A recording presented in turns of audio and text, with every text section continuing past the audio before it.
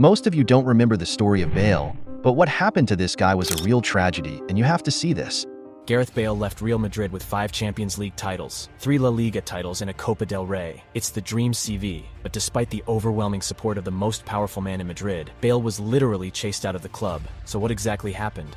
After missing out on Neymar to Barcelona, Madrid made Bale their top target that summer and paid Spurs €100 million for the Cardiff-born wide man, which was more than the €94 million Madrid had paid for Cristiano, and it brought pressure and criticism from the outset. Blighted by fitness problems at the start of his Real Madrid career, Bale scored on his debut at Villarreal, and even though performances were not always convincing, Bale delivered. The Welshman finished the season as a hero after he scored a wonder goal that saw Madrid beat Barcelona in the final of the Copa del Rey and headed home a crucial second in the Champions League final against Atletico, en route to a 10th European Cup crown for Real La Decima. It was incredible, he said. To do it in my first season was a dream come true. That's why I came to Real Madrid. 8 years on, Bale can call himself a 5-time Champions League winner, scoring decisive goals in the 2016 and 2018 final. Bale was also part of the team that won the 2022 Champions League, but to say by that time his impact had started to wane is an understatement, and the cause of it start with his highly introverted nature. Inability to connect with his teammates started to unveil and show. In a game where things change in a second, connection with your teammates is very important, because only then the team can work as a complete unit. Bale couldn't realize this. He didn't learn Spanish till date. You can't expect people to get connected when you can't speak the native tongue, being in their homeland. But Real Madrid, being one of the best in team management and skilled play, had no issue with only 1 out of 11 out of the sink. Nevertheless, the Bale, Benzema, and Ronaldo trio started to emerge as the face of the Galacticos. They have recapitulated some of their former glory that Mourinho's Madrid had lost. Ancelotti was brilliant when it came to accommodating Bale in every one of his tactics, though under the pressure of Perez. The BBC trio started to trample the opponent defenses and started forming his team around Ronaldo without including his most expensive player, Bale. Reason being, his flaws grew too big to ignore anymore. Zidane realized those flaws would be a team's liability, and his history of injuries is no candy land either. Zidane wanted a risk-free team to gamble a win in any match. Bale's injuries started to prove Zidane's point. Then in 2018, after Zidane's leave, it was Bale's chance to show that he could lead Real Madrid's attack.